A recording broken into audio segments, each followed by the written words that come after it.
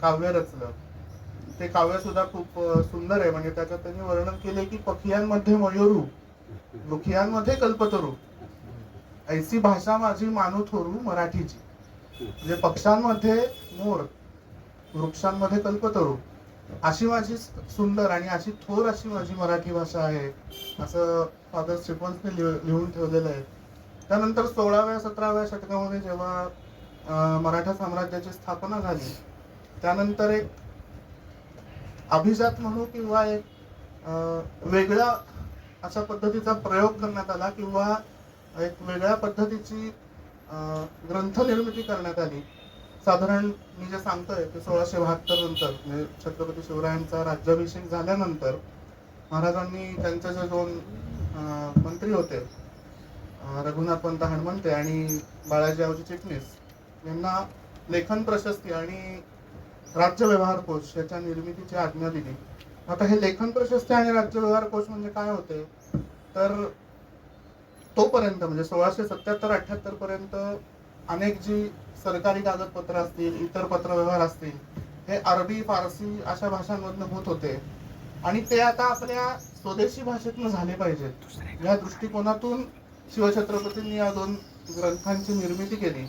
आणि त्याच्यात म्हणजे समजा आपण राज्य व्यवहार कोश जर घेतला तर 2000हून अधिक शब्द त्याच्यामध्ये आहेत. त्यातले काही संस्कृत प्रचूर आहेत. 16 वर्ग त्याच्यामध्ये केलेले आहेत की समजा आता घोडदळ असेल तर घोडदळासाठी कुठल्या कुठल्या गोष्टी आवश्यक असतात, मग त्याच्यासाठी आपल्या भाषांमध्ये काय शब्द असतील, तर हे शब्द त्याच्यामध्ये येतात. आणि लेखन प्रशस्ती जर बघितली तर त्याच्यामध्ये पत्रांचे निरनिराळे मायने दिलेले आहेत.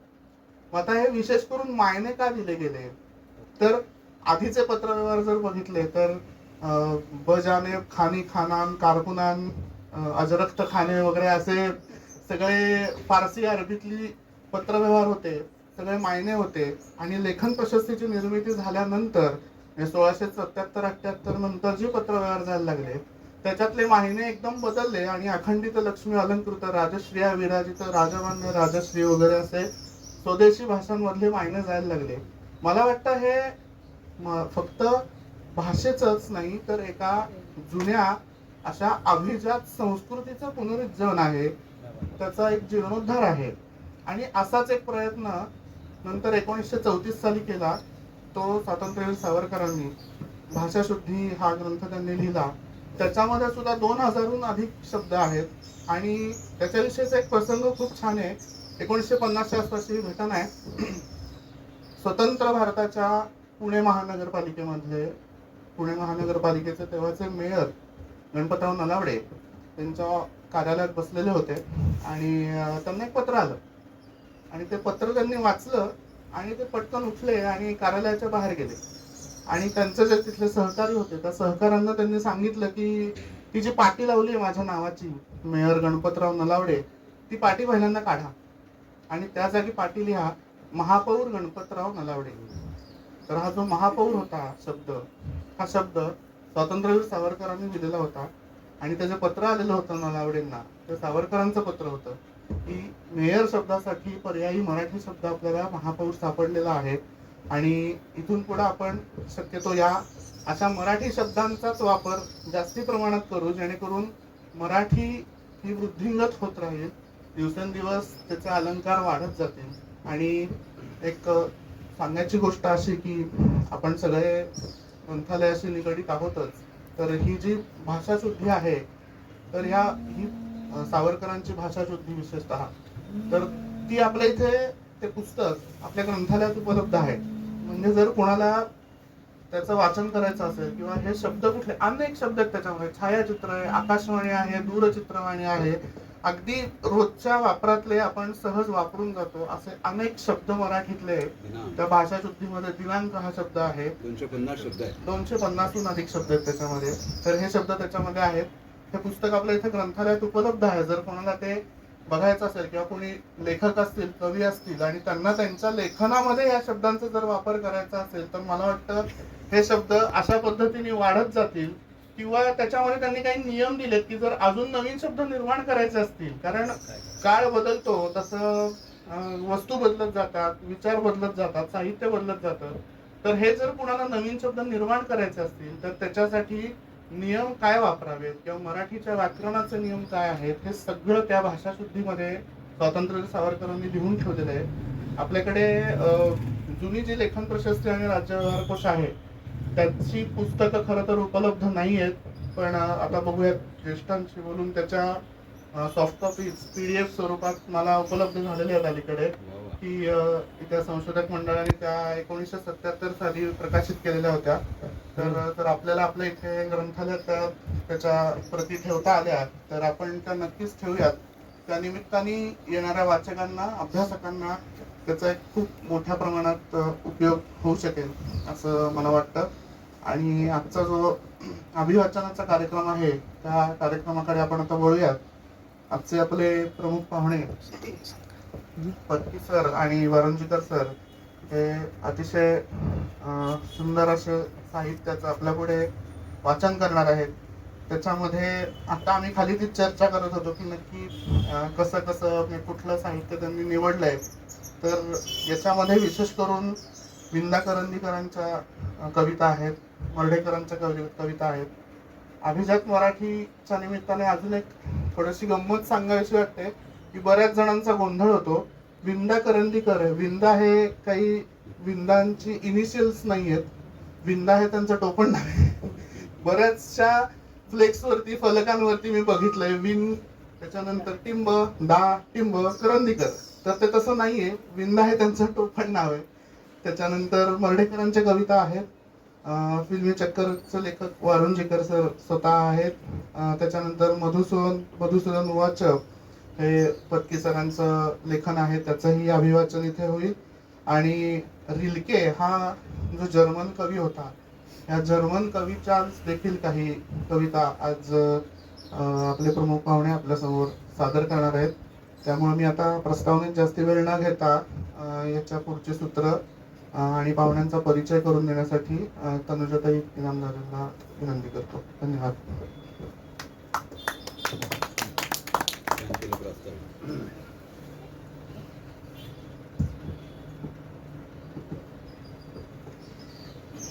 आजचे आपले पहिले पाहुणे श्री श्रीनिवास वारुंजीकर सर, दैनिक प्रभात पुणे विभागाचे ते उपसंचालक आहेत, उपसंपादक आहेत, कवी, पत्रकार, अनुवादकही आहेत. 12 वर्ष त्यांनी औषध वितरण क्षेत्रात आणि 14 वर्ष पत्रकारितेमध्ये ते काम करतात. कवी, लेखक, 3 कथासंग्रह त्यांचे प्रकाशित झालेत. ललित लेखन, नाटक आणि अनुवादक अशी 7 पुस्तकं त्यांची प्रकाशित झाली आहेत आणि 3 पुस्तकं प्रकाशनाच्या मार्गावर आहेत. 40हून अधिक कवी संमेलनासाठी ते परीक्षक म्हणून, पाहुणे म्हणून गेलेले आहेत. आणि त्याचबरोबर 250हून अधिक नामांकित लोकांच्या त्यांनी मुलाखतीही घेतल्या आहेत. अतिशय उत्कृष्ट असे मुलाखतकार देखील ते आहेत. त्यानंतर आपले दुसरे आजचे पाहुणे म्हणजे आपल्या सगळ्यांच्याच परिचयाचे आहेत, मधुसूदन पत्की सर. दैनिक तरुण भारतचे समन्वयक संपादक म्हणून त्यांनी काम केलंय. दैनिक ऐक्यासाठी वृत्त संपादक म्हणून ते कार्य करत होते. दैनिक प्रभातचे वृत्त संपादक होते. दिव्य मराठी सातारा जिल्ह्याचे ते प्रतिनिधी होते. जनमत केबल वृत्तवाहिनीचे ते संपादक आहेत आणि महाराष्ट्र न्यूज चॅनलचे ते सल्लागार आहेत. साप्ताहिक विवेकच्या स्मरणिका विशेषांकासाठी त्यांनी काम केलंय. त्याचबरोबर दैनिक राष्ट्रसंचार पुणेचे सहयोगी संपादक आहेत. त्यांचे 2 पुस्तकांचं त्यांनी संपादन केलंय. अखिल भारतीय मराठी साहित्य संमेलनाचंही वार्तांकन त्यांनी केलंय आणि त्यांचं मधुसूदन उवाच हे पुस्तकही प्रकाशित झालंय. यानंतर मी आमच्या संस्थेचे उपाध्यक्ष मर्ढेकर सरांना विनंती करते की त्यांनी आपल्या दोन्ही पाहुण्यांचं स्वागत करावं.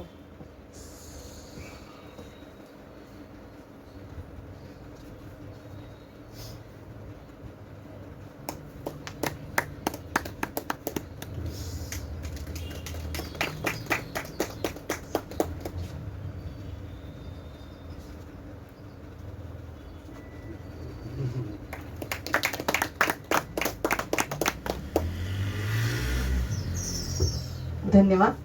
आणि मी आपल्याला विनंती करते की आपण आपला अभिवाचनाचा कार्यक्रम सुरू करावा.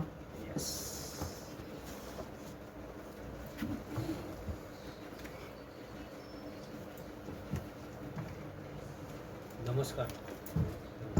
नमस्कार. आवाज येतोय सगळ्यांकडे? ठीक आहे.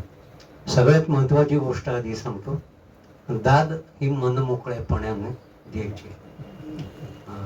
दाद देण्याबाबत काटकसर करायची नाही. म्हणजे जशी एखाद्या गझलच्या कार्यक्रमाला दाद ही बेफामपणे दिली जाते, तशी दाद द्या.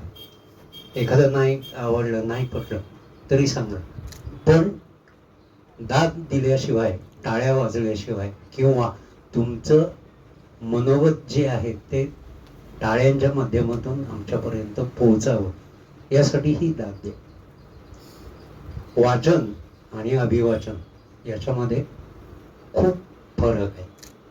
आता सगळ्यात महत्वाचं जर सांगायचं झालं तर स्वतः APJ अब्दुल कलाम यांनी सांगितलेलं की सतत मोकळ्या वेळात मी वाचन करत असे. ते पेपरची लाईन टाकण्यापासून सर्व प्रकारची कामं करत असत. राष्ट्रपती पदापर्यंत पोहोचलेला माणूस. पण वाचनाशिवाय एकही दिवस गेला नाही असं जर कोणाच्या बाबतीत सांगायचं झालं तर ते APJ अब्दुल कलाम यांच्या बाबतीत. सगळ्यात महत्वाची गोष्ट काय आहे, वाचन आणि अभिवाचन याच्यामध्ये फरक काय आहे. तर वाचन ज्या वेळेला आपण करतो त्यावेळेला आपण एकटे असतो.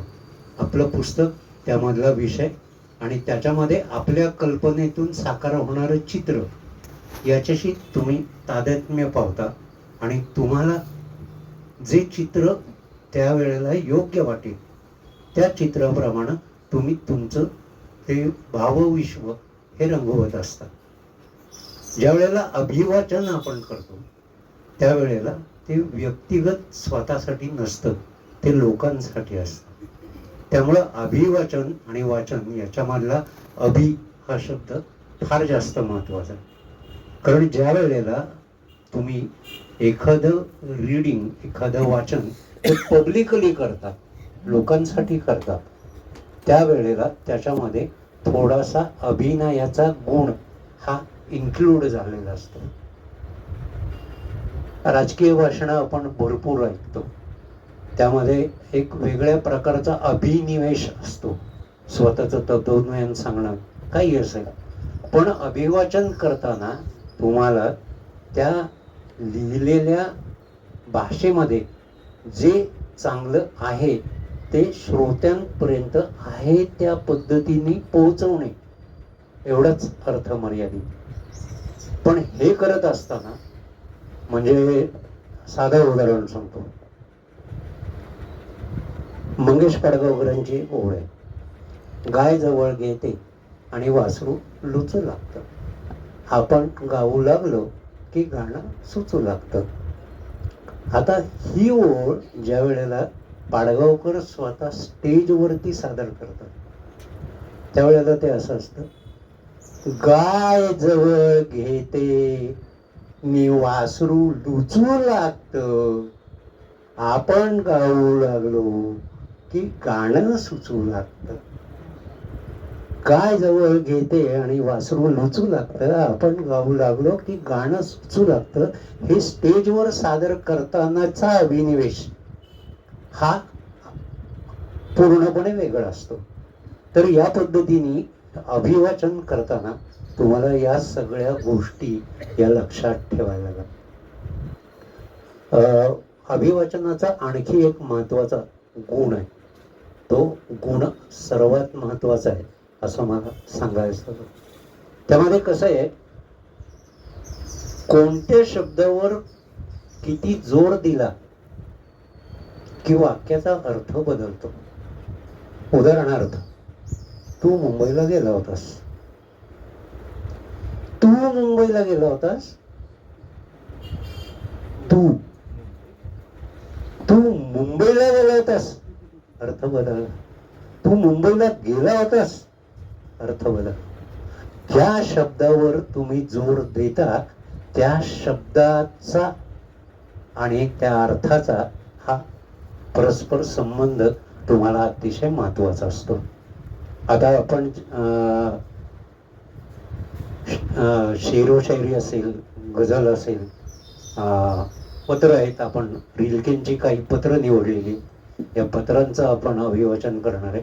आणि या सगळ्यामध्ये आपल्याला लक्षात येणार आहे की आवाजातले चढ उतार आणि त्यामधलं कंट्रोल हा जो असतो हा किती महत्वाचा आहे हे आपल्याला याच्यामध्ये समजून येणार.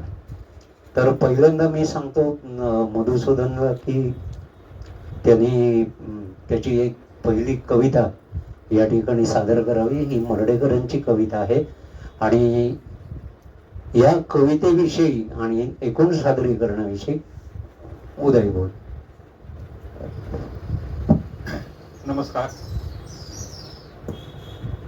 नमस्कार. एकूणच माझी ओळख जी काही करून दिली बऱ्याचशा लोकांना इथे माहिती आहे. माझे काही सहकारी ऍक्च्युली इथे आहेत आणि इथे बऱ्याच वेळा जवळजवळ 3-4 वेळा येऊन आपण कार्यक्रमही केलेले आहेत.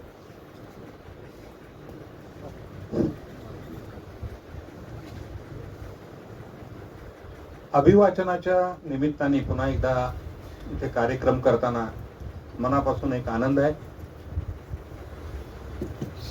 अभिवाचन याची व्याख्या आता श्रीनिवासनी सांगितली.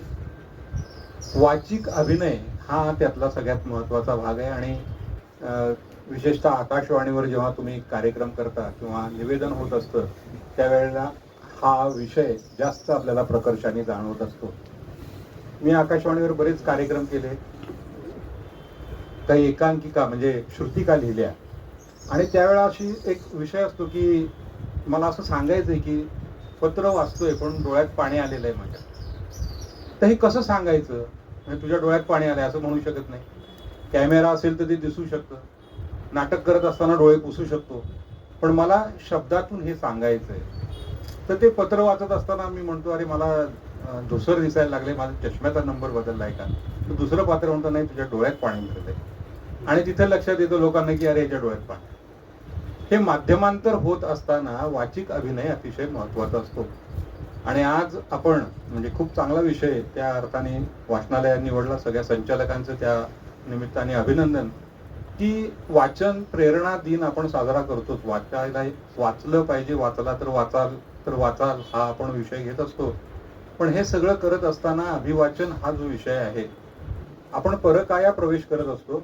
कुणीतरी लिहिलंय, आज बासी मर्ढेकर असेल, रिल्के असतील किंवा विंदा करंदीकर असतील, अनेक लोकांचं आपण वाचन करणार आहोत. तर यांचा परकाया प्रवेश आपण करत असतो. त्यांना जे म्हणायचंय असं वाटतं ते जास्तीत जास्त आपल्या दृष्टिकोनातून स्फटिक शुद्ध करून तुमच्यापर्यंत पोहोचवणं हा त्यातला भाग आहे.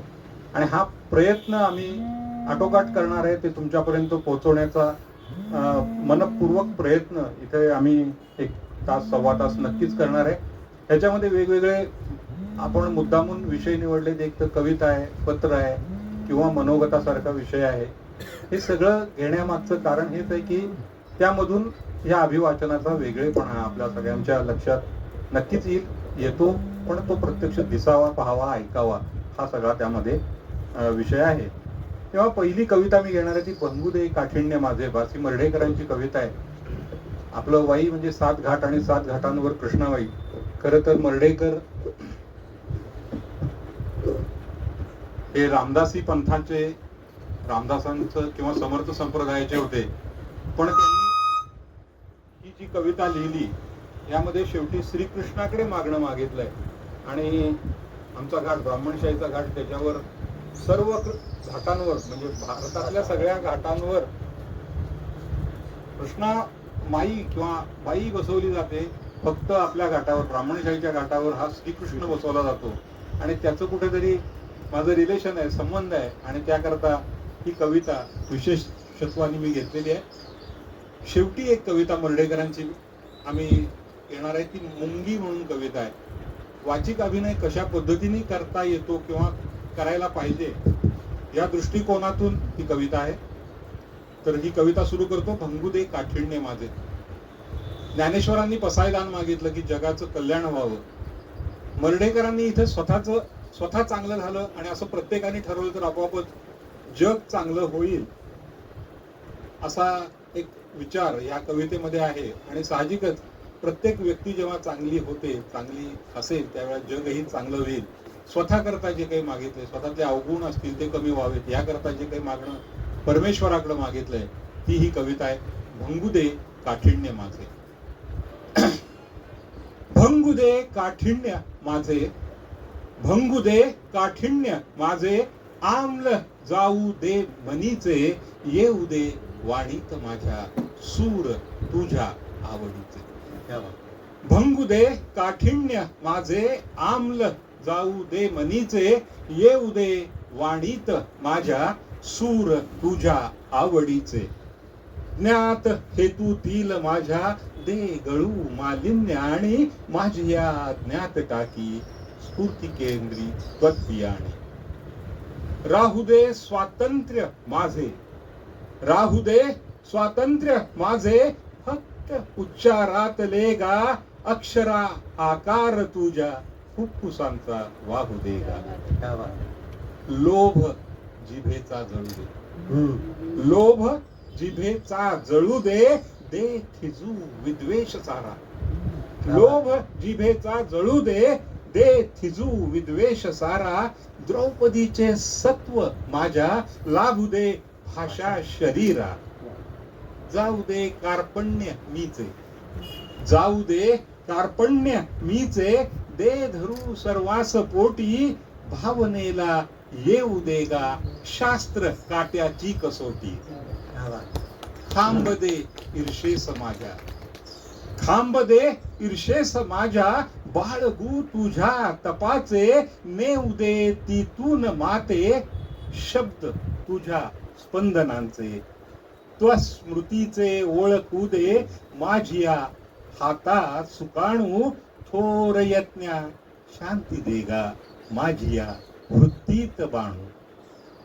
आण तुझ्या लालसेची शपथ, आण तुझ्या लालसेची, आण लोकांची अभागी, आण माझ्या डोळ्यांची पापणी ठेवीन जागी.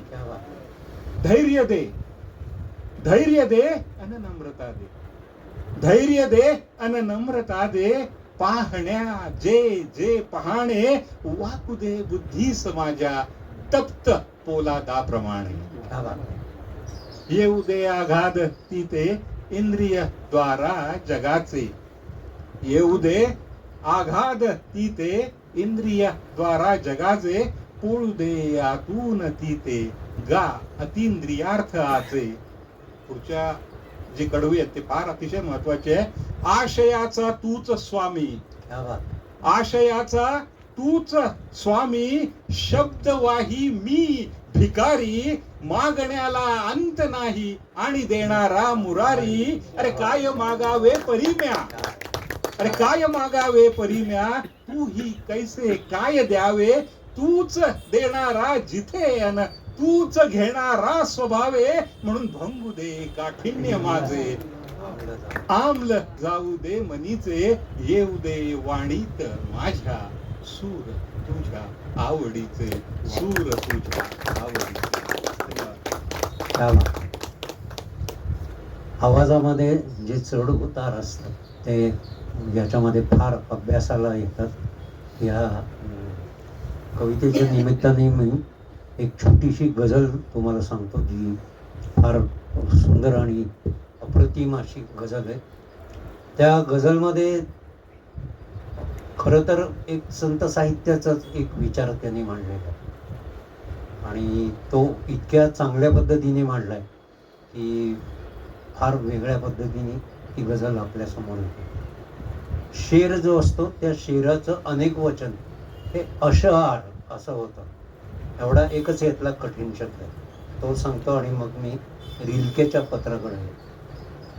अशआर मेरे यूं तो जमाने के लिए है.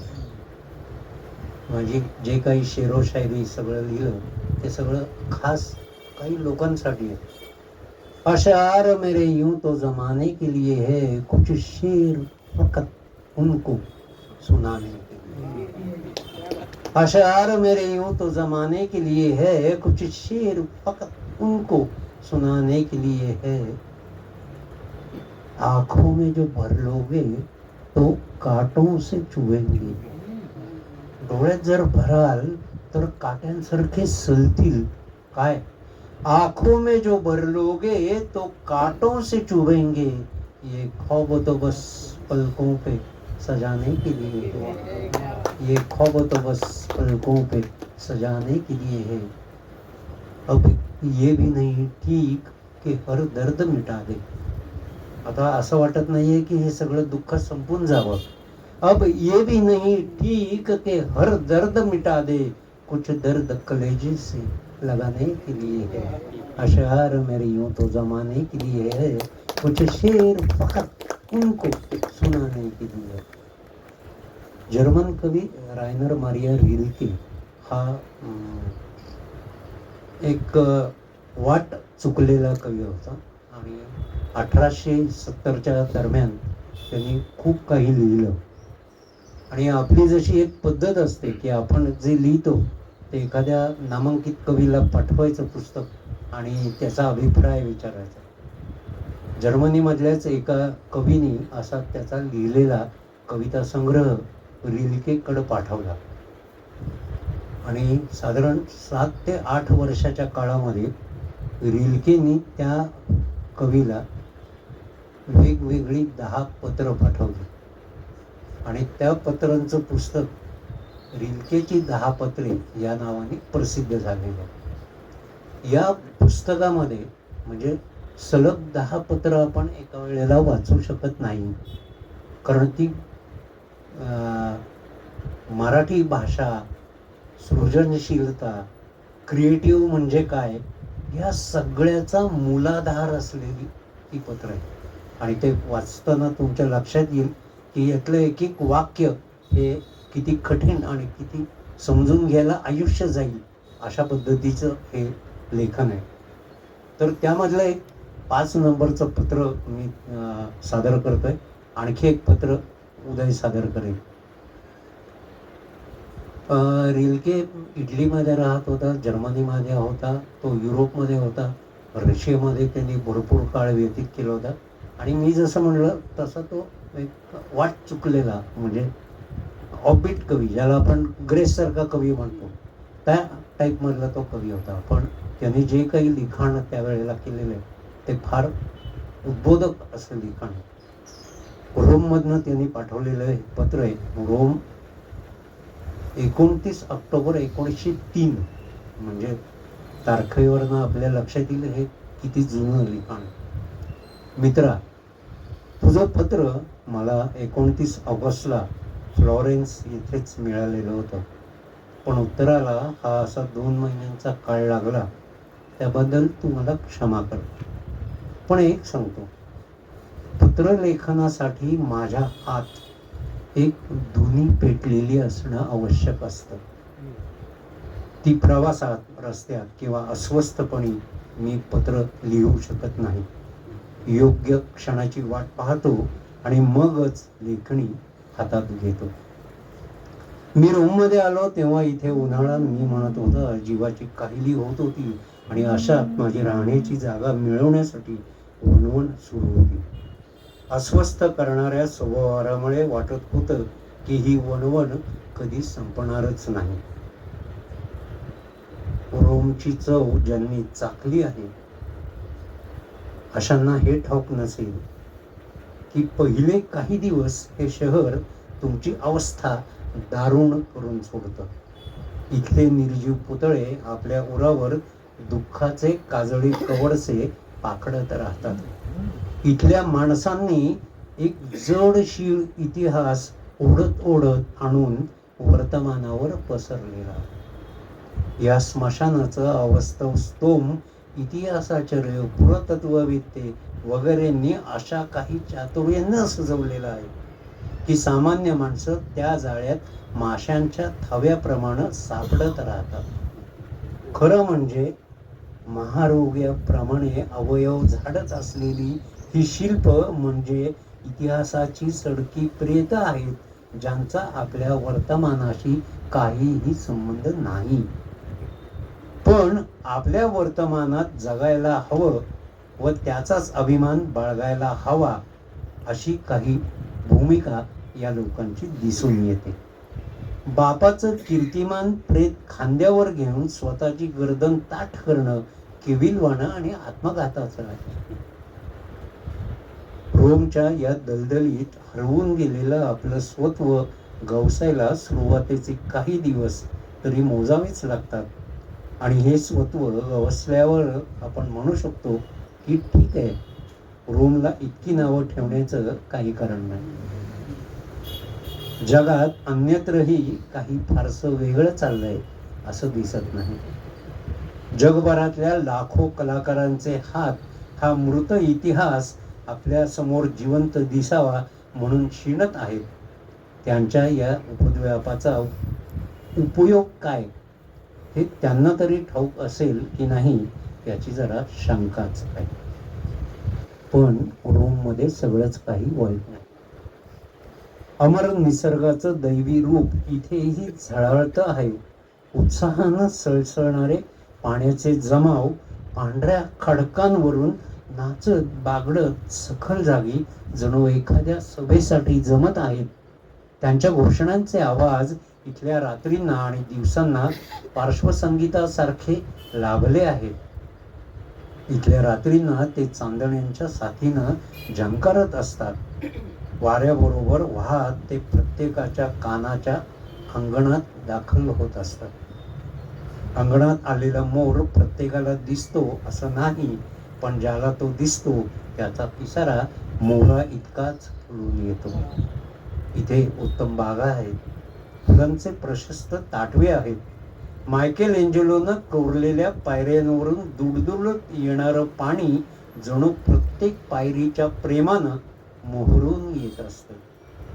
तिथेच थपकून राहतं की काय असंही वाटत राहतं. अशा दृश्यांनी अखेरीस आपलं हरवलेलं स्वत्व आपल्याला गवसायला सुरुवात होते. अशाच दर्शनातून प्रेमाची व्याख्या आपल्याकडे परतून येते. इथंच आपलं स्वयंभूपण आपल्याला नव्यानं जाणवतं. मी अद्याप रोममध्ये आहे. कॅपिटल जवळ वस्ती केली आहे. रोमन कलेचा जणू पुरावा म्हणता येईल अशा मार्कस ऑर्लियसचा पुतळा इथून फारसा दूर नाही. पण थोड्याच दिवसात मी दुसऱ्या एका खोलीत माझं बस्तान मांडणार आहे. ती खोली एका हिरव्यागार वनराईत आहे आणि तिथे शहराचा उपसर्ग पोहोचू शकत नाही.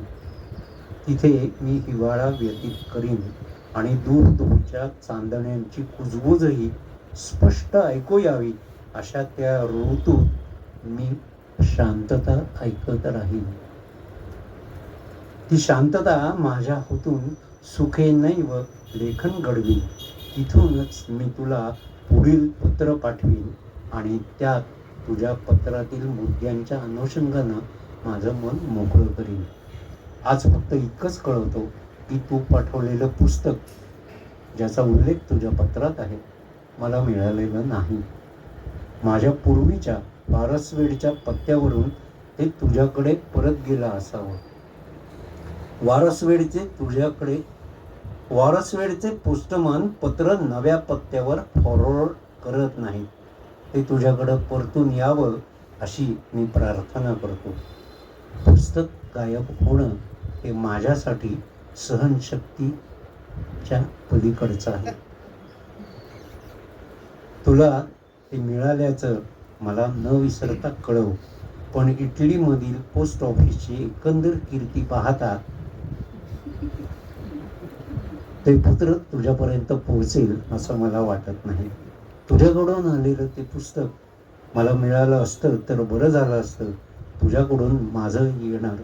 तुझ्याकडून माझ्याकडे येणारं प्रत्येक अक्षर मला किती प्रिय आहे हे मी तुला शब्दात सांगू शकत नाही. अधेमध्ये तू लिहिशील त्या कविता मला पाठव. मी त्या वाचीन, पुन्हा पुन्हा वाचीन. त्या ओळी आतल्या आत जगण्याचा प्रयत्न करीन, कारण तुझं जगणंच मला पाहायचं आहे. शुभेच्छा, तुझा मित्र रायनर मारिया रिल्के.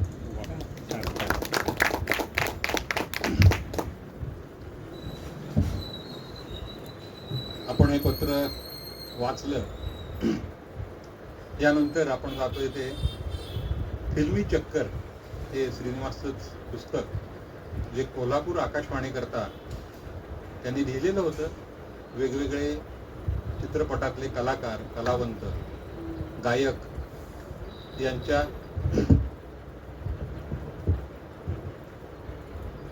यांच्या व्यक्तिरेखा त्यामध्ये रेखाटलेल्या होत्या. हा.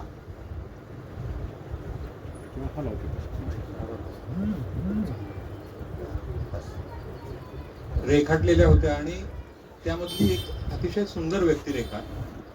असं म्हटलं जातं की हा कलाकार काळाच्या पलीकडे पाहायचा अगोदर जन्माला आला होता आणि साहजिकच त्यामुळे त्या काळामध्ये त्याचं मूल्यमापन ज्या पद्धतीने व्हायला पाहिजे होतं ते झालं नाही.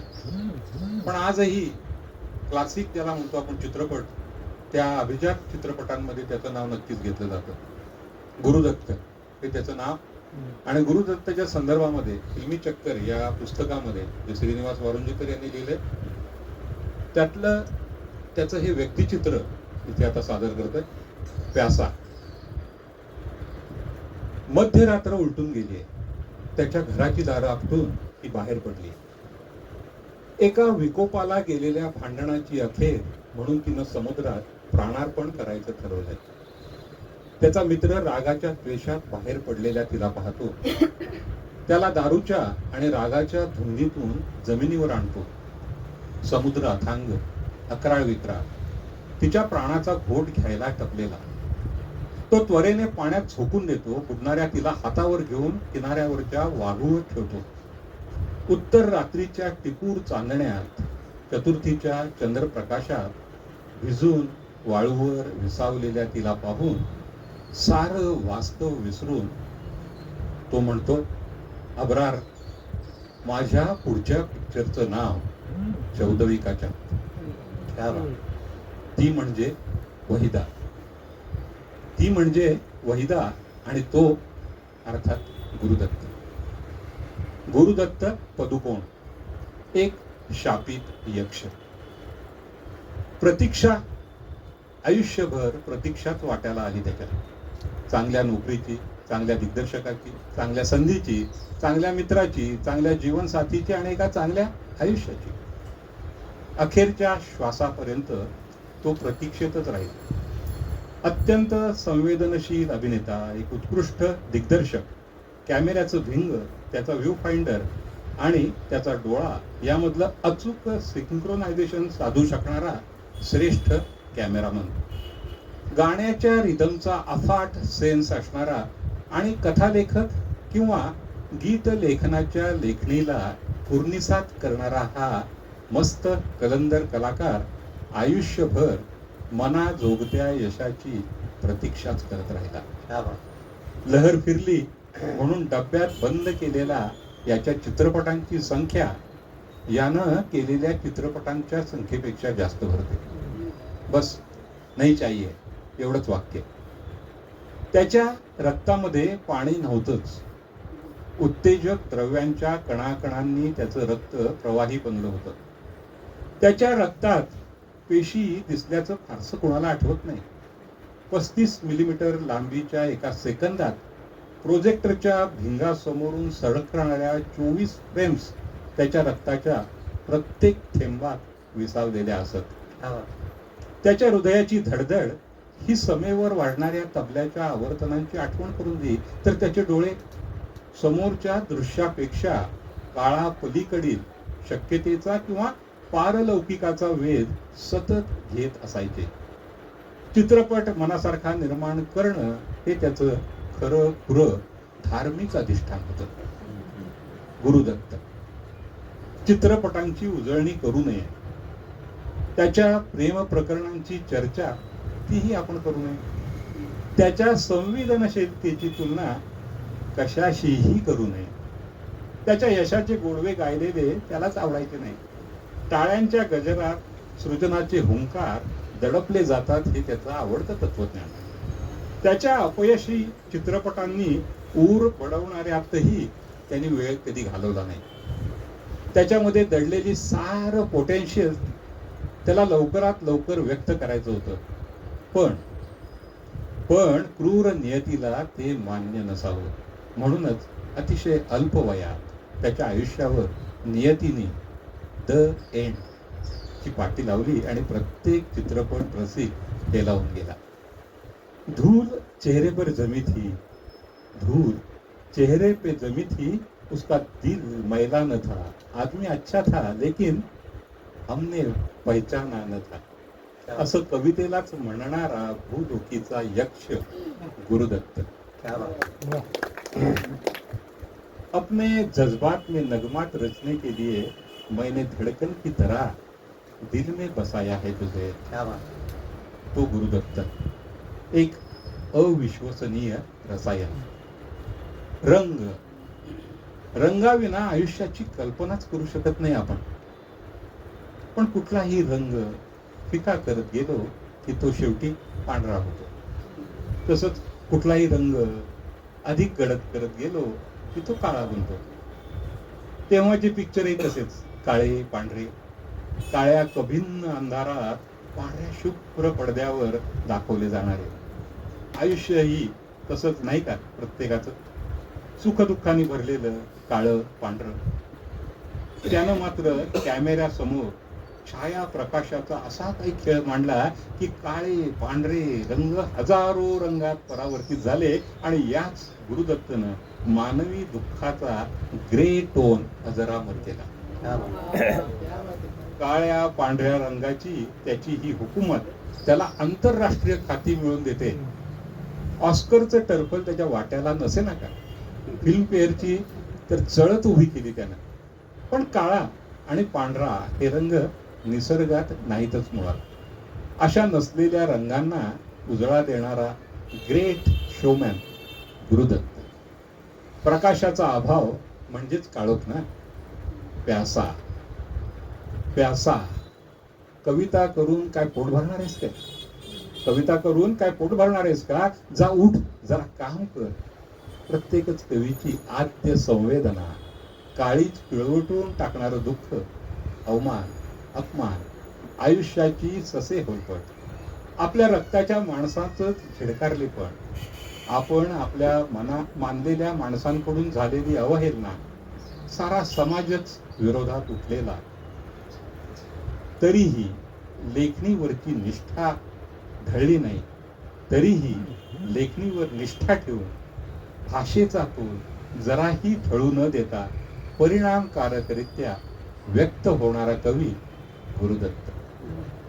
आयुष्य म्हणजे एक न उलगडणारी कविता. त्या कवितेवर प्रेम करणारा कवी गुरुदत्त. मैं तसव्वुर जुदाई का भी कैसे करूं, मैं तसव्वुर भी जुदाई का कैसे करूं, मैंने किस्मत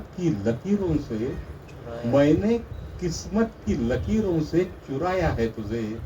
एक बस तू ही नहीं मुझसे खफा हो बैठा, मैंने जो संग तराशा वो खुदा हो बैठा है. धन्यवाद.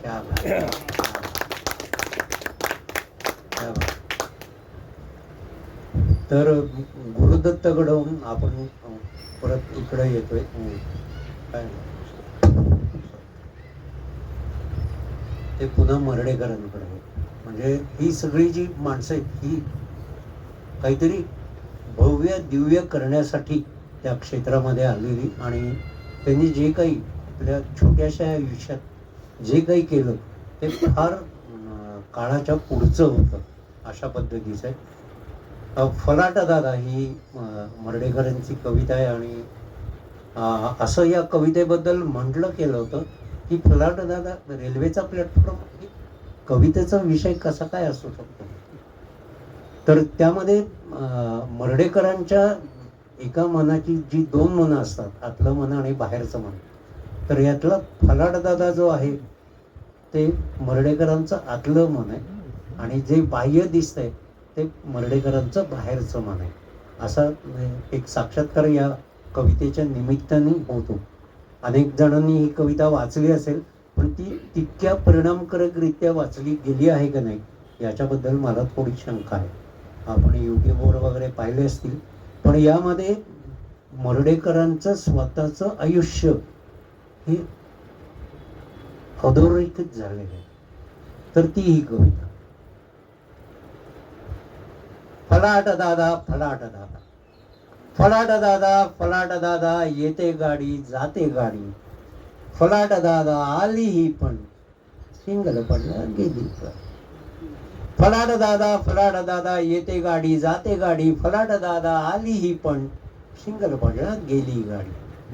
हिम्मत तुमची खरी पहाडी, हिम्मत तुमची खरी पहाडी, फलाट दादा किती गेला गडी तुडवून छातीवरती तुम्हास समजा. फलाट दादा येते गाडी जाते गाडी, फलाट दादा आली ही पण शिंगल पडला गेली गाडी. फलाट दादा इंजिनवाली पसंत पहिली भपकेदार, का आता ही इलेक्ट्रिकची नकटी नागिन तलकतार. फलाट दादा इंजिनवाली पसंत पहिली भपकेदार, का आता ही इलेक्ट्रिकची नकटी नागिन तलकतार. किती पायांची छोट्या मोठ्या, बघा किती पायांची छोट्या मोठ्या, मऊ चामडी गेला हुंगून, किती बुटांच्या ठोकर टाचा, फलाट दादा गेला पचवून. मर्ढेकरांच्या आयुष्यात त्यांच्यावर झालेली टीका आणि हे सगळं याच्यामध्ये तुम्हाला दिसतं. फलाट दादा गेला पचवून, सपाट नाजूक नखरे बाज, बिलगुन गेल्या कितीक चपल्या.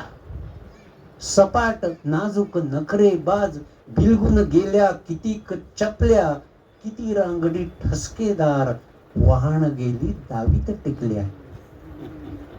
फलाट दादा बोलाव तुम्ही आली गाडी गेली गाडी, परीन हसला अथवा रडला राम रामाचा फुफाट गरगडी. किती बावटे वाले दादा, किती बावटे वाले दादा, मुछीदारान मुछी बगरबी, हमाल पोर्टर निळे तांबडे तुम्ही पाहिले हजर जबाबी. किती बावटे वाले दादा, मुछीदारान मुछी बगरबी, हमाल पोर्टर निळे तांबडे तुम्ही पाहिले हजर जबाबी. पचक पान ह्यो कुणी थुंकले, पचक पान ह्यो कुणी थुंकले, कुणी मायेचे निरोप दिदले, इडी माचीस कुणी इकित फिरले, विलायती कुणी मुके घेतले. हर गारडाची न्यारी शिट्टी, हर ड्रायव्हरचा न्यारा हात, तुम्हास दादा ठाऊक आहे परसमद्यांची बारीक बात. बोलो तुम्ही फलाट दादा आली गाडी, उरत गुपिते कितीक तुमच्या, बोलो तुम्ही गेली गाडी. किती तोड्याने ऐट बाजान, किती तोड्याने ऐट बाजान, दिमाग दावीत घेत सलामी, थ्रू गाडी ही येई जाई, जगाळ जनुगी राणी वाणी. मनात ठसली फलाट दादा झोकदार ही पल्लेवाली, मनात ठसली फलाट दादा झोकदार ही पल्लेवाली, फटाकडी वा लोकल गाडी, चटक चांदणी थिल्लर पटली. लटांबराची गबाळ संथ, लटांबराची गबाळ संथ, मालगाडी का बोल घेवडी, बरी वाटली ऐस पैसची, घरलक्ष्मी जाऊन येडी बाबडी. फलाट दादा बोला बोला मिश्किल सिंगल हिरवा झाला, गेली गाडी फलाट दादा. आता तरी ओ बोला बोला. मिश्किल सिंगल भोळा सांदा, मिश्किल सिंगल भोळा सांदा, सीधे रोगणी खडी गोमटी, कुरूप काळी पाठ लावता, ज्या जीवाला धरिले पोटी. ह्या समध्यांच्या गोष्टी सांगा, ह्या समध्यांच्या गोष्टी सांगा. फलाट दादा आली गाडी, बोलाव तुम्ही पाठ टेकतो, सिंगल पडला गेली गाडी. फलाट दादा बोलाव तुम्ही गेली गाडी, फलाट दादा फलाट दादा फलाट दादा.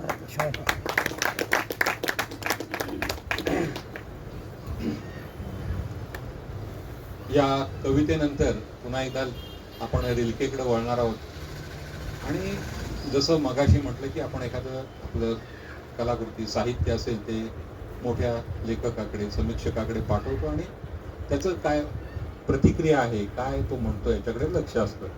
असंच एका मित्राने त्याला जे पत्र पाठवलं त्या पत्राला उत्तर द्यायचं होतं. त्या कविता होत्या, सॉनेट ज्याला म्हणतो, सुनीत होती, आणि त्या संदर्भामध्ये रिल्के यांनी त्याला उत्तर दिलं होतं. मात्र केवळ त्याच्या पत्रावर उत्तर नव्हतं, तर एकूण स्त्री पुरुष साहित्य या समग्रतेचा विचार करून त्यांनी हे पत्र लिहिलेलं आहे. आणि आज सुद्धा, आजच्या काळाला सुद्धा ते किती लागू होणार आहे, किती त्याला तेव्हा ते अभिजात ठरतं की जेव्हा सर्वकालिक ते राहतं. अशा पद्धतीचं हे पत्र आहे. किंचित मोठं आहे, पण खूप महत्वाचं आणि खूप ज्याला आपण तत्वज्ञान म्हणून ते सांगितलेलं अशा पद्धतीचं हे पत्र आहे. रोम, 14 मे 1904. प्रिय मित्र, तुझं पत्र मिळाला आता बहुत काळ लोटलाय, पण म्हणून तू काही मला आरोपीच्या पिंजऱ्यात उभा करू नकोस. एक तर मी माझ्या एकांतात दडी मारून होतो, दुसरं म्हणजे पार्थिव अडचणी मला जेरीस आणत होत्या, आणि तिसरं म्हणजे मी नेहमीप्रमाणे प्रकृतीने गलित गात्र होतो. शिवाय माझं तुझ्या दिशेने जाणारं पत्र मला माझ्या मोहरल्या हातांनीच लिहायचं होतं. आता मी बरा आहे. बदलता वसंत ऋतू मला पिडतो आहे हे खरं, पण तरीही मी आता मला तू पाठवलेल्या कवितेबद्दल आभारात्मक, आस्वादात्मक दाद द्यायला सज्ज आहे. हे बघ, तुझी नवी कविता सुनीत ग्रेटच आहे. फार भावलं ते मला. तृप्तीच्या संन्यस्त पावलांनी ते हळूहळू माझ्यात विलीन झालं. मी ते माझ्या हातांनी, माझ्या स्मरण साक्षीने लिहून पुन्हा आपल्याकडे येतं. त्यात सुख नसतं का? खूप सुख असतं अशा आपुलकीच्या देवाणघेवाणीत. सुख पोचवण्याचा माझा तो एक छंद आहे. तू ते नवीनच कविता वाचावीस तसं वाच. स्नेहस्पर्श घेऊन आलेली कविता पुन्हा नवी असते. स्नेहस्पर्श घेऊन आलेली कविता पुन्हा नवी असते. तू मला दिलेल्या आनंदाचे हे आभार मला हे असे मानू दे. तुला अनोखे धुमारे फुटत आहेत, आणि तू त्यांनी बिचकू नयेस असं मला वाटतं. लोकांना बिचकू दे किंवा विचकू दे, तू त्यांच्या पसंतीच्या सोप्या सरधोपट अभिव्यक्तीला शरण जाऊ नकोस. तू जर तुझ्या धुमाऱ्यांना अविरोध फुटू दिलंस तर तू जो मोहर पाहशील त्याला तोड नसेल. तू बिकटतेशी जुळलेलं नातं अबाधित ठेव. कला साधना हा एक हठयोग आहे, सुखासन नव्हे.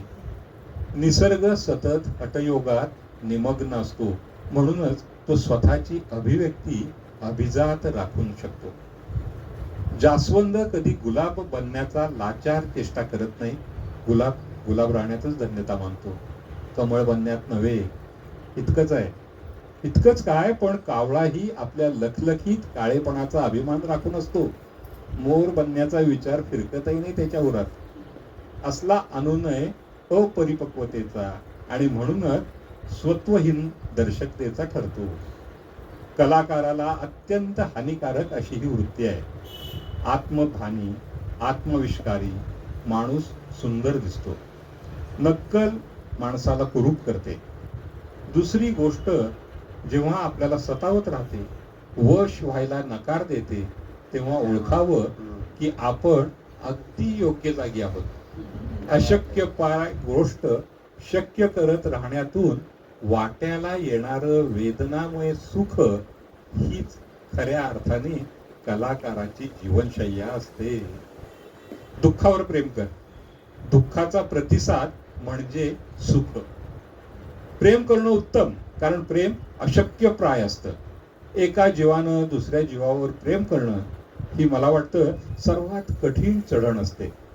मानवाला परमेश्वरानं दिलेलं ते सर्वात मोठं आव्हान असतं, आणि म्हणून ती मानवाची अग्निपरीक्षा असते. आपला सारा अभ्यास हा त्या परीक्षेसाठी असतो. आणि म्हणूनच मी म्हणेन की तारुण्यात होणारं पदार्पण म्हणजे प्रेमात पडण्याची पदवी नव्हे, परवाना नव्हे. तारुण्याची सारी उर्मी ही आत्मशोधासाठी अवगुंठित करायला हवी. कारण आत्मशोध हा प्रेमाच्या प्रसादाचा भरभक्कम पाया असतो. आत्मशोधासाठी एकांत हवा. जो एकांत साधू शकत नाही तो सहवासाचा आनंदही दीर्घकाळ घेऊ शकत नाही. स्वतःला न ओळखणारे तरुण तरुणी एकमेकांना ते काय ओळखणार. आणि अनोळखीपणाच्या अंधारात प्रेमाच्या अंकुरानं वृक्ष व्हावं तरी कसं. वासनेला प्रतिसाद म्हणून किंवा बाह्य आकर्षणाला भुलून जे तरुण तरुणी एकत्र येतात ते नंतर विसंवादात किंवा विसंवादच भोगतात किंवा बैरागी बनतात. दोघेही एकमेकांना नष्ट करण्याच्या उठाठेवीत स्वतःला नष्ट करत राहतात. अशी किंमत मोजण्या इतकं जीवन स्वस्त नाही. स्त्रीचा विचार करायचा तर माझं एक स्वप्न आहे. माझ्या मनातली स्त्री ही प्रथम माणूस बनण्याचा प्रयत्न करणारी व्यक्ती आहे. आजचं स्त्रीचं स्थान हे फक्त पुरुष नव्हे ती स्त्री अशा नकारात्मक भूमिकेतून आलेलं नाही. पुरुषाची जोडीदारी, पुरुषाची आई, पुरुषाची बहीण, मैत्रीण अशा भूमिका करण्यातच तिचं जीवन व्यतीत होतं. स्वतःचं लग्न होणं हे एकमेव स्वप्न ती पाहते. बाप, नवरा, मुलगा यांच्याकडं ती आधार म्हणून पाहते. या साऱ्या अपेक्षा म्हणजे प्रथा आहेत. स्त्रीनं जर एकांत चिंतन केलं आणि स्वतःमधलं माणूसपण शोधलं तर ती पुरुषाची कोणीतरी न राहता स्वतंत्र कोणीतरी होऊ शकेल. आणि मी मगाशी जे प्रेमाबद्दल बोलत होतो ते प्रेम फक्त दोन माणसामध्येच होऊ शकतं. पुरुषानं प्रथम माणूसपद प्राप्त करायला हवं. स्त्रीनं प्रथम माणूसपण प्राप्त करायला हवं. मग ही दोन माणसं ज्या स्वत्वाची जाणीव झालेली आहे ती परस्परांच्या स्वत्वाचा आदर करू शकतात. ती क्षमता त्यांच्यात आलेली असते आणि म्हणून ती प्रेमाला लायक ठरतात. अशा धडधाकट प्रेमात आणि थिल्लर आकर्षणात फरक असतो. असं प्रेम स्थायी असतं. तिथं घटस्फोट, आत्महत्या, व्यसन यांना स्थान असू शकत नाही. अशा माणसांचं अपत्य तेजस्वी असतं, स्वावलंबी असतं. समाज हा अशा आत्मनिर्भर माणसांचा हवा. समाजातील प्रत्येक व्यक्ती जर एकांताचा आस्वाद घेण्यास समर्थ असेल तरच सहजीवनाला ती लायक ठरतात. मित्रा, जन्माच्या क्षणी तू एकांतात होतास. तो एकांत हा सर्वात प्रगाढ एकांत. त्या कोऱ्या पाटीवर तुला लाभलं ते निर्व्याज प्रेम.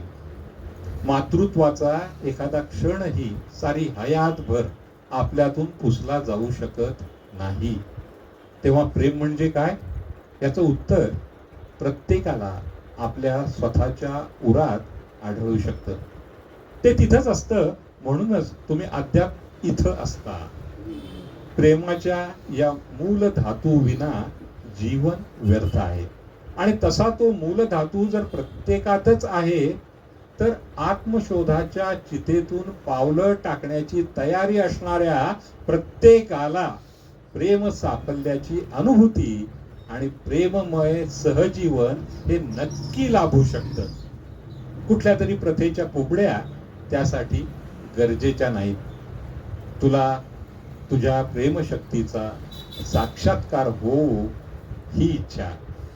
तुझा मित्र रेनर मारिया रिल्के.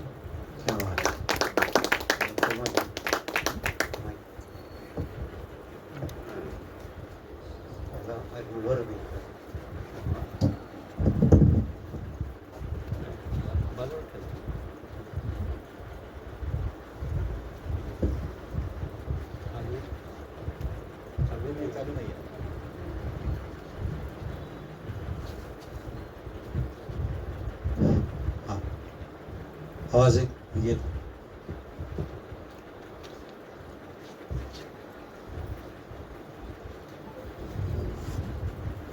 हॅलो.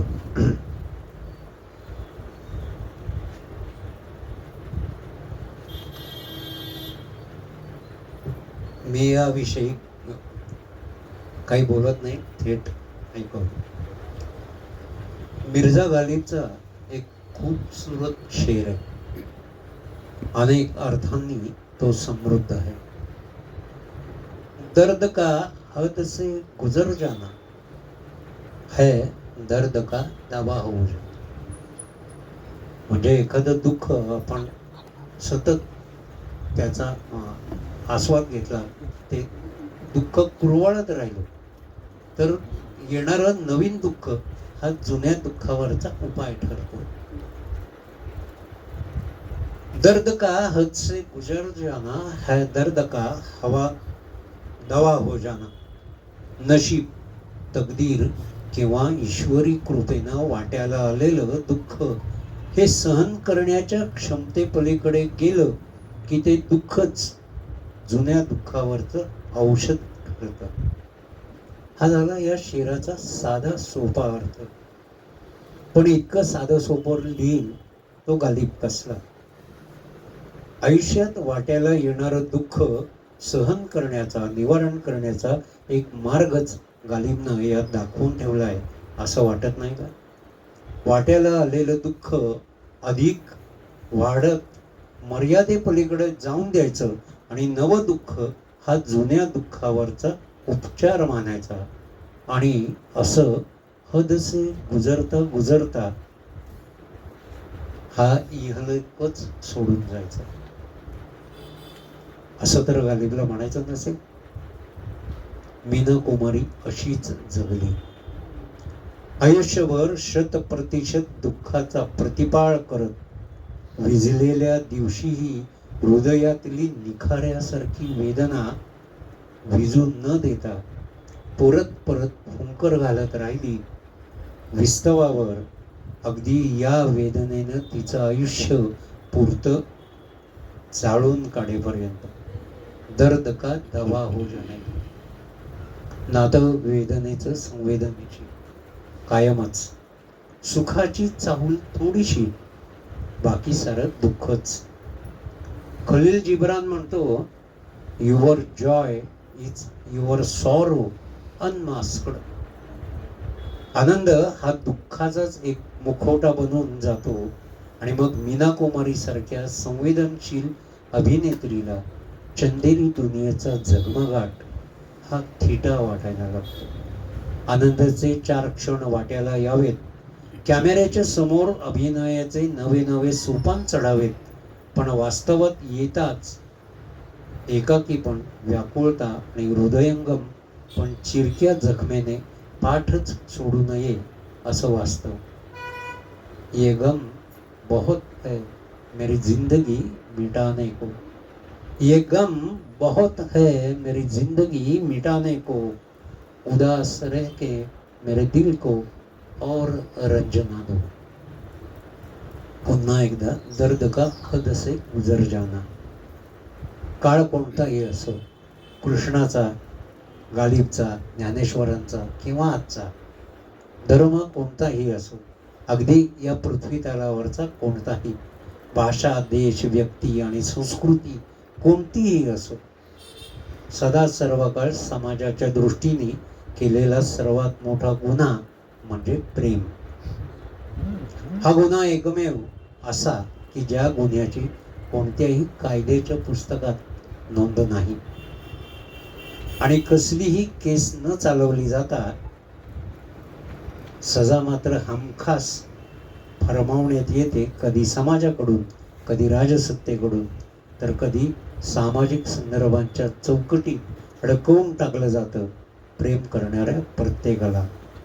एक मीना कुमारी अशा प्रत्येक चौकटींना चूड लावत समाजाला नाकारते, आपल्या जीवनात वाट्याला आलेल्या दुःखाला आपलंसं करते.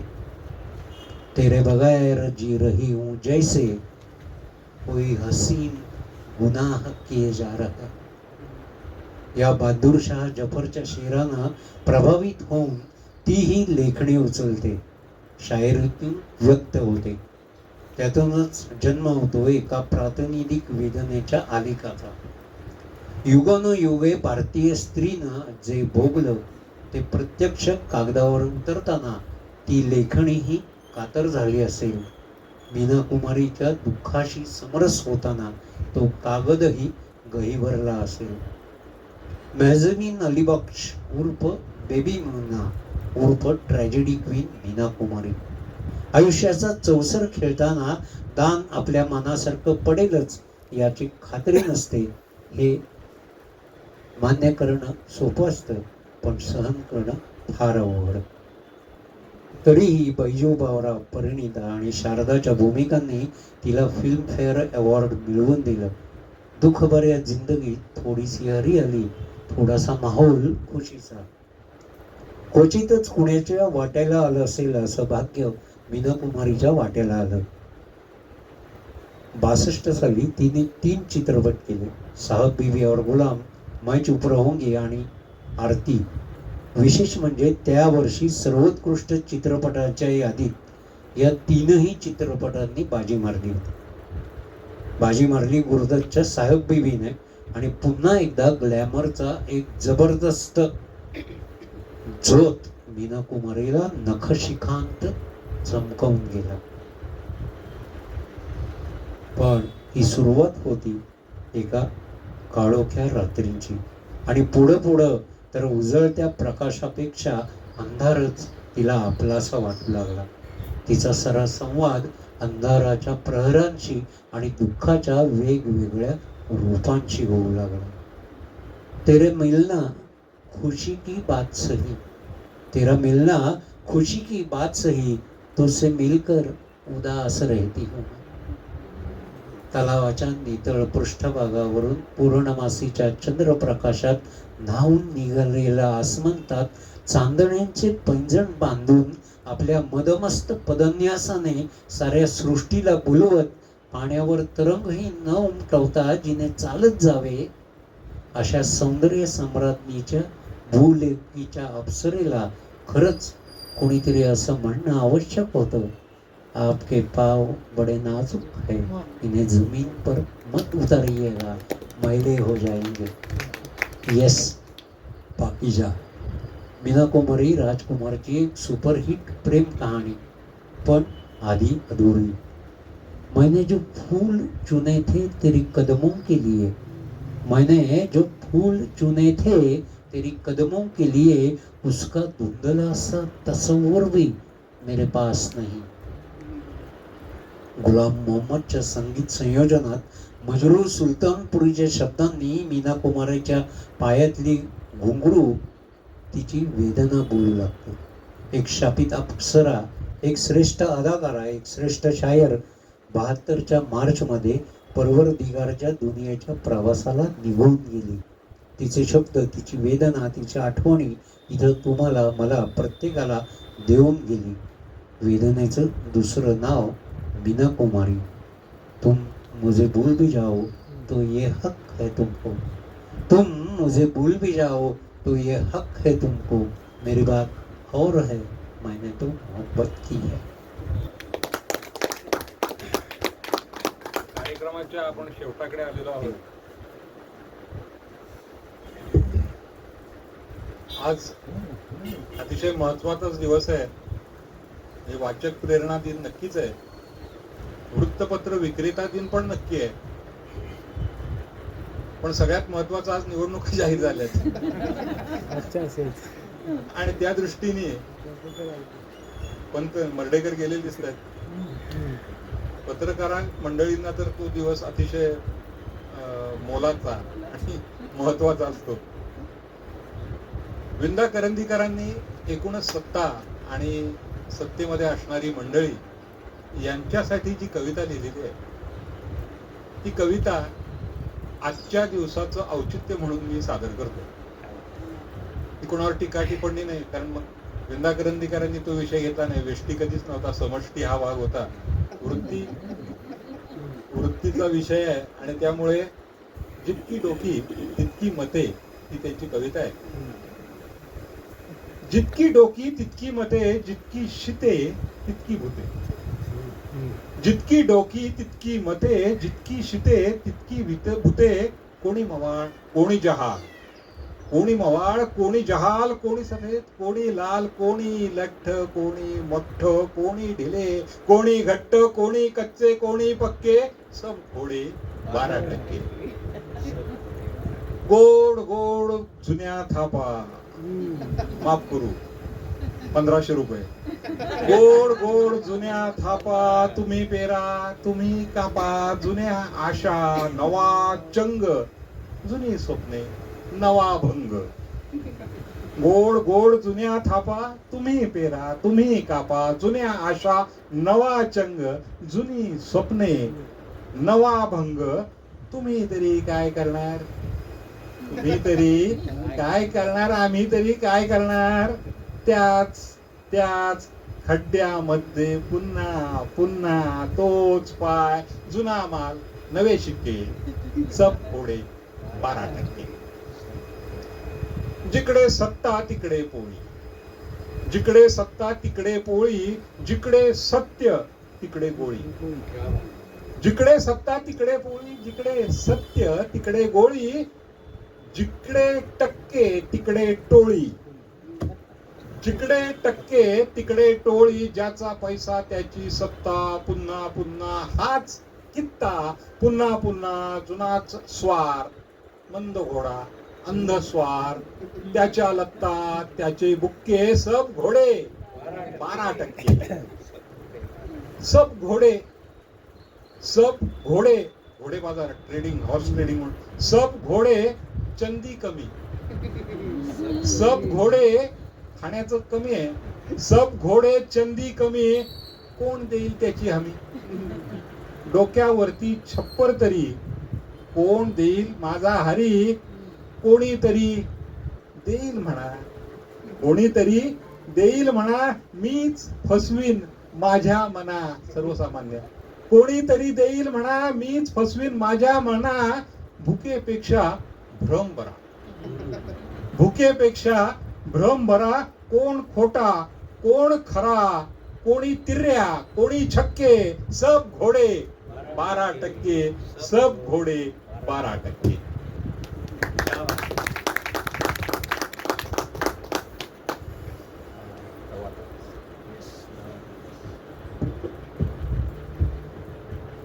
आता एक कविता आणि नंतर मधुसूदन पत्की यांची मुंगी नावाची कविता.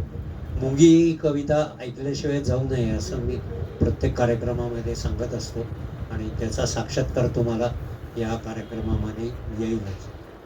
मर्ढेकरांची ही जी कविता आहे मी सादर करतोय, त्यामध्ये आपल्या आयुष्यात कधीतरी रुळून गेलेल्या एका जाणत्या अजाणत्या प्रेमाची कबुली ही त्याच्यामध्ये दिसते.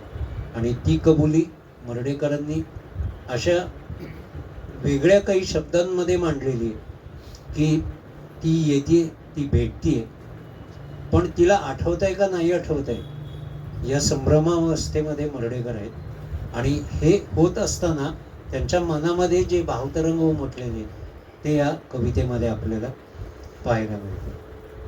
दवात आलीस भल्या पहाटी, दवात आलीस भल्या पहाटी, शुक्राच्या तोऱ्यात एकदा.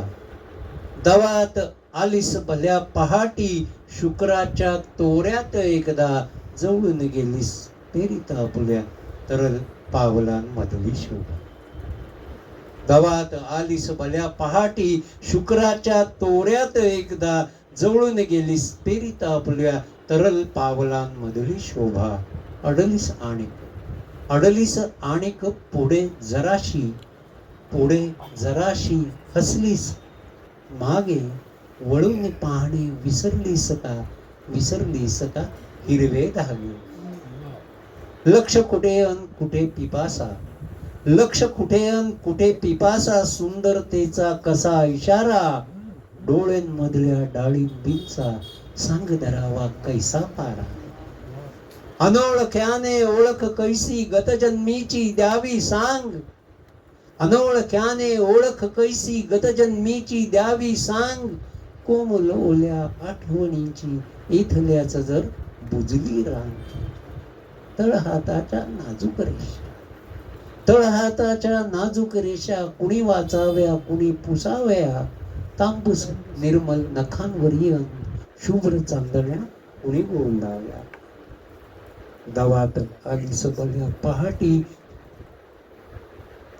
अभरांच्या शोभेत एकदा, दवात आलीस भल्या पहाटी अभरांच्या शोभेत एकदा, जवळून गेलीस पेरिता फुल्या मंद पावलांमधली शोभा, मंद पावलांमधली शोभा, मंद पावलांमधली शोभा.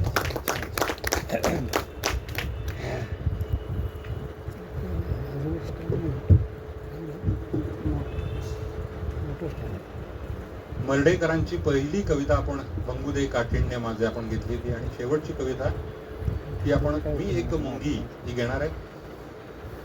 मर्ढेकरांनी फार कमी कविता म्हणजे हाताच्या बोटावर मोडण्या एवढ्याच कविता बऱ्यापैकी मोठ्या लिहिल्या. ही कविता 18 कडव्यांची आहे, त्याच्यामध्ये 2 नॅरेशन आहेत त्यांची. आणि हे सगळं लिहित असताना मुंगी आपण ज्याला म्हणतो, माणूस म्हणजे किडा मुंगी असं आपण म्हणतो, किडा मुंगीसारखी. या मुंग्या कशा प्रकारच्या आहेत, 6 अशी 18 3 भागामध्ये त्यांनी केलंय की माणूस म्हणजे खरंच कसा किड्या मुंग्यांसारखा आहे. त्यातली काही जण हे मुंगीत्व सोडून देतात आणि मोठी होतात, आणि काही जण काही केलं तरी ते मुंगीत राहणं पसंत करतात. अशा पद्धतीने, आणि त्याला सगळे संदर्भ दुसऱ्या महायुद्धाचे आहेत. दुसरं महायुद्ध, माणसामध्ये असणारा राग लोभ आपण षड्रिपू वगैरे म्हणतो, ते जे गुण आहेत दोष आहेत, त्या सगळ्या गुणदोषांमधनं ही कविता पुढे पुढे जात राहते. आणि मुंगी हे प्रतीक माणसाच्या, सर्वसामान्य माणसांच्या अनुषंगाने, मुंगीत्व सोडणाऱ्या माणसांच्या अनुषंगाने, आणि त्यातनं ही कविता पुढे पुढे होत राहते. ही कविता खरं तर आम्ही मर्ढेकरांचे कार्यक्रम इथेही आपल्या या ह्याच्यामध्ये केलेला होता. खरं तर कौतुक आमचं आम्हीच करणं बरोबर नाही, पण तरी करतो की मर्ढेकरांचे 18 कार्यक्रम आम्ही केले. सातारा, वाई, आकाशवाणीवर झाले, पुण्यामध्ये जवळजवळ 3-4 कार्यक्रम झाले. आणि मर्ढेकरांचे एवढे कार्यक्रम आजपर्यंत कुणी केलेले नाही आहेत. म्हणजे पु ल देशपांडे आणि सुनीताबाईंनी 3 कार्यक्रम केले आणि नंतर थांबले ते कार्यक्रम. पण आम्ही जवळपास 18 कार्यक्रम आम्ही आणि काही आमचे साथीदार होतो, मी आणि वारुंजीकर, कायम राहिलो सगळ्या कार्यक्रमांमध्ये. तर हे सगळे कार्यक्रम आम्ही करत राहिलो. यामध्ये जेव्हा आम्ही ही पहिल्यांदा कविता बसवायची ठरवलं, तेव्हा एवढी मोठी लांबडी कविता कोण ऐकेल असं एक म्हणजे सहज जरी वाचली तरी 3-4 मिनिटं लागायची, आणि मग काय कसं व्हायचं. पण जेव्हा ही कविता आम्ही म्हणजे माझ्याकडे दिली आणि मी जेव्हा ह्याच्यावर बरेच दिवस वाचत होतो, त्याचं चिंतन मनन झालं, तेव्हा असं लक्षात आलं की ही मुंगी आपल्यात भिनायला लागलेली आहे. आणि खरंच डोक्याला मुंग्या येणं म्हणतो ना, तशा पद्धतीने ते होत गेलं. आणि मला ह्याच्यातली एक एक गोष्ट उलगडत गेली की ह्याच्यामध्ये वाचिक अभिनयाला फार मोठा स्कोप आहे हे माझ्या लक्षात आलं. ही कविता जेव्हा आम्ही पुण्याला सादर केली महाराष्ट्र साहित्य परिषदेच्या हॉलमध्ये, मर्ढेकरांच्या भाचे जे आहेत तुळजापूरकर आणि त्यांचे भाऊ, हे दोघही जण म्हणजे भाचा आणि भाची मर्ढेकरांचे आले होते. आणि जेव्हा ही कविता शेवटी आम्ही कार्यक्रमाच्या घेतो, त्या झाल्यानंतर त्या आल्या आणि रडायला लागल्या, म्हणजे माझ्या मामाचा आत्मा तुझ्या शरीरात आलेला आहे. मला वाटतं ही सगळ्यात मोठी दाद आहे, कारण त्यांना जे सांगायचं होतं ते तुझ्या तोंडून सांगतायत. तर इतकं आम्हाला ही कविता कळली. अनेक वर्ष त्यांची पाठ होती कविता, पण आम्ही वाचत होतो. पण आज आम्हाला तू बोलल्यामुळे ती कविता कळली. आणि आज वाचक प्रेरणा दिवस आणि त्यातनं अभिवाचन हा आपण विशेषत्वाने भाग घेतल्यामुळे ही कविता आम्ही मुद्दामून निवडली की ही कविता वाचिक अभिनयाचा खरं तर एक अतिशय सुंदर नमुना आहे. आणि ती कविता मी आता सादर करतो. मुंगी हे या कवितेचं शीर्षक आहे. मी एक मुंगी, हा एक मुंगी, तू एक मुंगी, तो एक मुंगी, ही एक मुंगी, ती एक मुंगी, 5 येथल्या 5 फिरंगी, मी एक मुंगी. सहस्त्र जमल्या लक्ष कोटीही, सहस्त्र जमल्या लक्ष कोटीही, अब्ज अब्जन निखर्व मुंग्या, आनंद गणित साऱ्या जमल्या, किती वारोळी किती लपंग्या. कुणी डोंगळे काळे काळे, कुणी डोंगळे काळे काळे, कुणी तांबड्या भरक्या मुंग्या, कुणी पंखाच्या पावसाळी वा पेटर ग्रीष्मातल्या लवंग्या, ही एक मुंगी. सावधान सावधान कुणी रांग धरून एक मागून एक चालती, कुणी बावळ्या बलपवट्या मिळेल साखर तेथे चरती, ही एक मुंगी, ती एक मुंगी. व्रतस्थ बनती चावा काढ, व्रतस्थ बनती चावा काढित कुणी कुणी पाजिती मधुरस इतरा जन्मकंठती फळविती कुणियान सम्राज्ञीला प्रसन्न चतुरा ती एक मुंगी. या मुंगी तिला एक एक अरे या मुंगी तिला एक एकीला बनेल खाऊन राजा कोण पार्थिवतेच्या पराकुटीचे अपार्थिवाला नेईल लोण ती एक मुंगी. आला आला स्वस्त दरावर आला हो आला हा मुंग्यांचा लोंढाला खोला फाटक खोला 10-10ची लोकल गाडी. अरे 10-10ची लोकल गाडी सोडत आली पोकळ श्वास घड्याळातल्या काट्यांचा आणि सौदा पटला दीन उदास. यानच मुंग्या अरे यानच मुंग्या हीच माणसे. अरे यानच मुंग्या हीच माणसे असेच होते गांधीजी ही येशू ख्रिस्त आणि कृष्ण कदाचित कालिदास आणि टैकोब्राही तो एक मुंगी. यानच मुंग्या यानच मुंग्या हीच माणसे. अरे यानच मुंग्या हीच माणसे मने अनामिक जरी साऱ्यांची लक्तरलेल्या मिनिटांचावर सदैव बुरखा लाज स्वतःची तो एक मुंगी. अंगावरती जिरलेले किती अंगावरती जिरलेले किती तरे तऱ्हेचे मादक घर्म अनवासांची त्यांच्या कॉकटे तर झोकुनी फलाट फार्म तो एक मुंगी. जशी पाप्याची नजर फिरावी जशी पाप्याची नजर फिरावी अनोळखीच्या उरावरोनी या साऱ्यांची भेकड वृत्ती वावरते त्याची जगण्यामधून तो एक मुंगी. यानची मुंग्या अरे यानची मुंग्या हीच माणसे माय बाप अन भाऊ बहिणी यांना असती होतील आणिक मुले मुली अन पुतण्या पुतणी मुले मुली अन पुतण्या पुतणी तो एक मुंगी. ते सालो साल भरून दे मेला सालो साल भरून दे मेला रेस भराभर फळू दे चिखला मधुनी चिखल उडावा चिखला मधुनी चिखल उडा अनामिकाचे नाव धरावे आपत्तीच्या मुळ्या उकळतात त्या अर्कावर स्वप्न जगमा ही एक मुंगी. करपट दुःखी इंगित शिथिल नाव सोनुली वाया कथली भरल्या घरी भ्रष्ट भावना किटकळ आशा मोजित बसली ती एक मुंगी. आठवणींचे पिकले काठ आठवणींचे पिकले काठ वास मारते जगलो लुपता कुचक्या शंका किती दिसती वरवरची कातडी सोलता तो एक मुंगी. जुन्या पुराण्या उत्साहाचे अरे जुन्या पुराण्या उत्साहाचे खलास झाले कालच तेल अवसानाचा उसण्या क्लचका किती दाबला तरी पावेल तो एक मुंगी. देवा घरचा शाप देऊळी देवा घरचा शाप देऊळी हपी सातान ताप उद्याचा चिमणी मिंटे उडून जातील फक्त हुंगुनी दाणा मनीचा तो एक मुंगी. अशा येतल्या संसारात अरे अशा येतल्या संसारात जगण्याचाही चुकला पाडा आणि शेवटी परिस्थितीचा गळ्या खालती उतरे काढा तो एक मुंगी.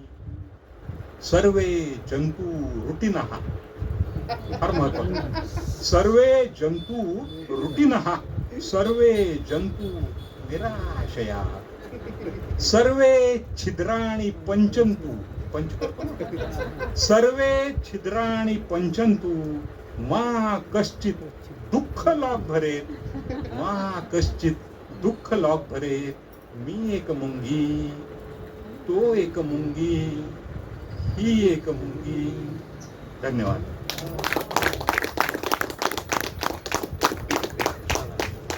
तर आज नगर वाचनालयाच्या सगळ्या संचालकांनी या दिवसानिमित्त आम्हाला ही संधी दिली त्याकरता सगळ्यांचे मनापासून आभार. सगळे बसलेल्यांचे आभार. नक्कीच तुम्हाला या सगळ्या आमच्या एकूण सादरीकरणाचा आनंद तुम्ही घेतला असाल अशी मानतो लक्षात येतो आणि पुन्हा पुन्हा भेटत राहू. तिथं वाईचंच आहे आपण वाईट भेटत राहूया. धन्यवाद. धन्यवाद सर. आभार आम्ही मानायचे कारण आज या वाचन प्रेरणा दिनानिमित्त तुम्ही आम्हाला या गेल्या 1.5 तासात समृद्ध केलं.